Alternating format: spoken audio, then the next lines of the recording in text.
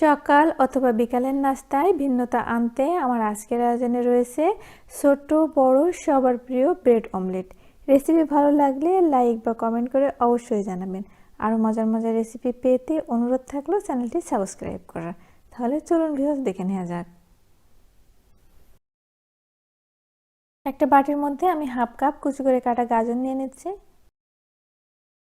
নিচ্ছি কিছু পেঁয়াজের কালি, একটা পেঁয়াজ কুচি, ছোট একটা টমেটো কুচি, কয়েকটা কাঁচা ঝাল কুচি আর অল্প কিছু ধনেপাতা কুচি।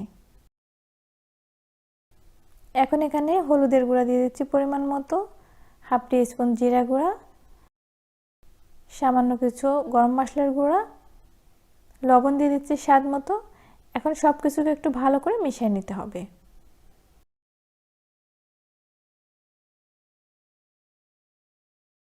এখন এখানে আমি 2টা ডিম ভেঙে দিচ্ছি।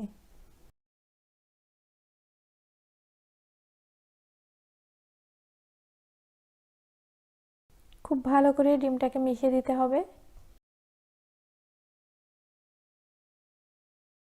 চুলায় আমি একটা ফ্রাই প্যান বসিয়ে দিয়েছি আর এখানে দিয়ে দিচ্ছি পরিমাণ মতো সরিষার তেল। এখন এখানে 4 পিস আমি পাউরুটি দিয়ে দিচ্ছি। তেলের পরিবর্তে আপনারা এখানে ঘি অথবা বাটার দিতে পারেন।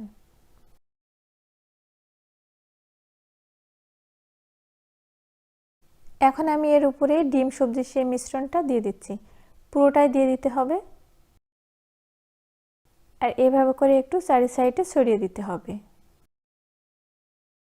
এখন আমি একটা ডিম একটু লবণ দিয়ে ভালো করে ফেটে নিচ্ছি, নিয়ে এটাকে এর উপর দিয়ে দিচ্ছি যাতে করে সবজিটা ভালোভাবে সেট হয়ে যায়। ঢাকনা দিয়ে ঢেকে দিতে হবে। মাঝে মাঝে ঢাকনাটা খুলতে হবে আর নিচের পার্টটা একটু চেক করে নিতে হবে।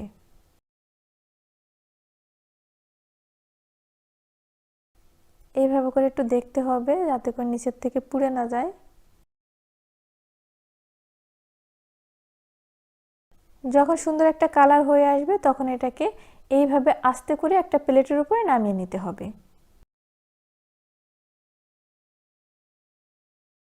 চুলায় আমি সেই প্যানটা আবার বসিয়ে দিয়েছি। এখন এটাকে এইভাবে করে উপর করে আবার প্যানের উপরে দিয়ে দিতে হবে। আবার ঢাকনা দিয়ে 1 থেকে 1.5 মিনিটের মতো ঢেকে রাখতে হবে। চুলার আঁচটা একেবারে লোতে করে রাখতে হবে। মাঝে মাঝে এইভাবে করে একটু দেখে নিতে হবে। নিচের অংশটা যখন ভালোভাবে কালার চলে আসবে তখন নামিয়ে নিতে হবে। ব্যাস তৈরি হয়ে গেল।